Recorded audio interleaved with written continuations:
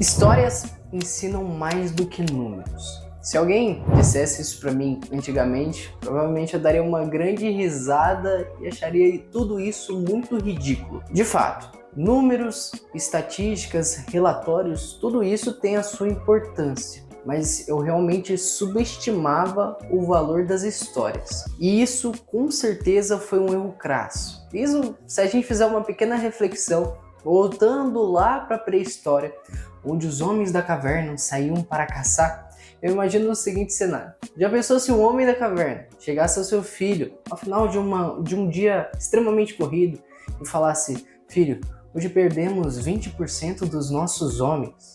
Não faria sentido algum. É claro que é uma brincadeira, até porque a porcentagem naquela época nem existia.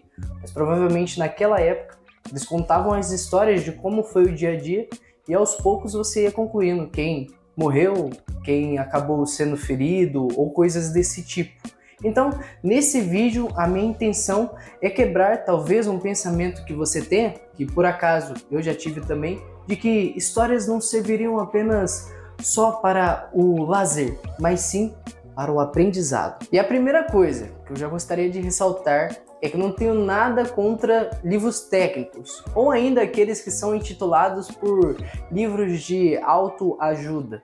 Inclusive, dentro da minha pequena e humilde prateleira, tem alguns deles aqui e considero eles bastante legais, bastante interessantes, tem ideia muito boa. Mas, se levarmos em contraste, tem um porém. Eles são normalmente rotulados pela fórmula processada para o sucesso. É como se fosse um sucesso enlatado. Você segue isso e você vai conseguir aquilo.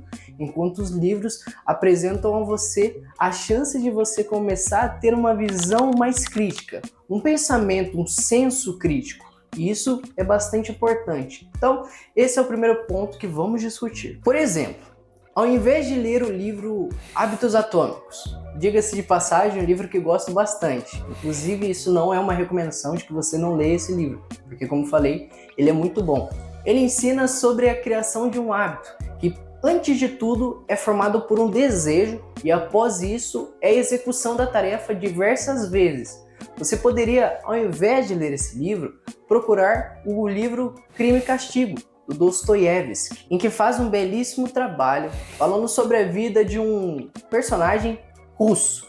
E é muito interessante você ver como o pensamento desse personagem é algo que a gente consegue ver na explicação do James Clear. A gente consegue fazer o que o Mortimer Adler, autor do livro Como Ler Livros, chama de leitura sintópica. A gente começa a notar o pensamento do personagem cada vez mais direcionado ao crime que ele vai cometer no livro.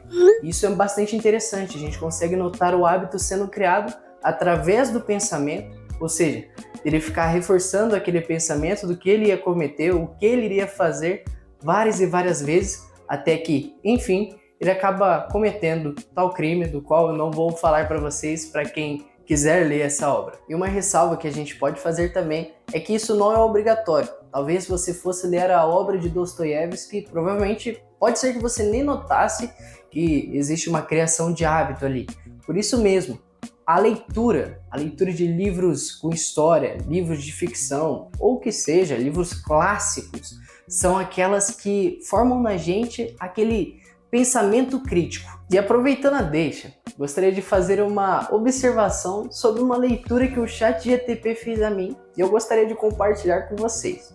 Ele falou que poderia ser muito bem substituído o livro dos 7 hábitos das pessoas altamente eficazes por um livro ou qualquer coisa desse gênero, desse título, onde fala sobre a posição de liderança que Winston Churchill teve na Segunda Guerra Mundial. Dessa forma, você teria que ler esse livro? Teria não. Talvez seria interessante que você tivesse uma leitura bastante específica, observando quais foram as atitudes de grandes lideranças que Churchill fez durante a guerra. Além desse ponto, do pensamento crítico, outra coisa que eu acredito que os livros, especialmente os de histórias, os que são particularmente bastante descritivos, ajudam na materialização. O que eu quero dizer com isso, na verdade, é que ele consegue tornar as coisas, parece, bem mais reais. Isso ajuda muito a você levar na situação de contexto. Muito diferente do que acontece pelo menos nos livros que eu já li de autoajuda, em que eles só entregam uma fórmula e às vezes dão alguns exemplos. O livro de história você consegue ver uma história, o longo de uma história e ver quais são os resultados das ações que eles estão fazendo. Algo que, por exemplo, estatísticas, números e ainda textos técnicos não conseguem fazer. Digo isso porque eu trabalho, por exemplo, com Excel e eu não consigo mostrar através de um gráfico muita coisa, além, por exemplo, dos números. É claro, dá para fazer as nossas queridas análises explanatórias, que é uma análise mais aprofundada, tentando encontrar alguma coisa diante daqueles dados, mas fica bastante difícil você entender qual é a história da empresa só através delas. Tanto que, por causa da abstração que os números representam, os japoneses desenvolveram o que nós chamamos de ábaco japonês. É conhecido como Soroban. E para explicar o que é o Soroban, a gente vai fazer um exercício aqui bem rapidinho. Eu quero que você pare para imaginar. Imagine um macaco de terno comendo espaguete. Provavelmente foi muito fácil você imaginar um macaco de terno comendo espaguete. Algo que é tão inusitado, mas a sua cabeça consegue fazer projeções muito realistas. Então ela consegue fazer isso. Agora, se eu falar para você imaginar o número 30 bilhões, 453 milhões, 757 mil, 663, é muito provável que você tenha esquecido as primeiras casas, os primeiros números que eu falei para você.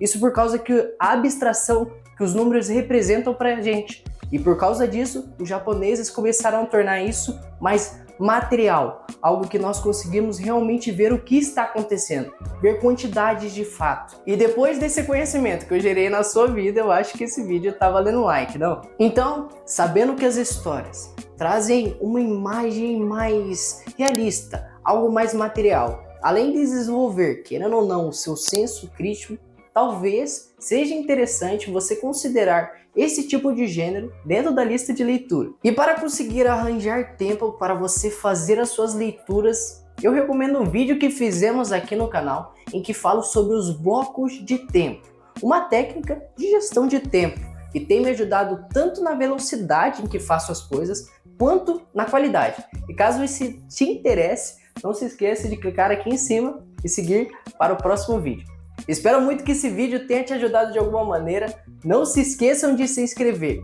Por minha parte, é só isso. Fiquem todos com Deus. Até semana que vem.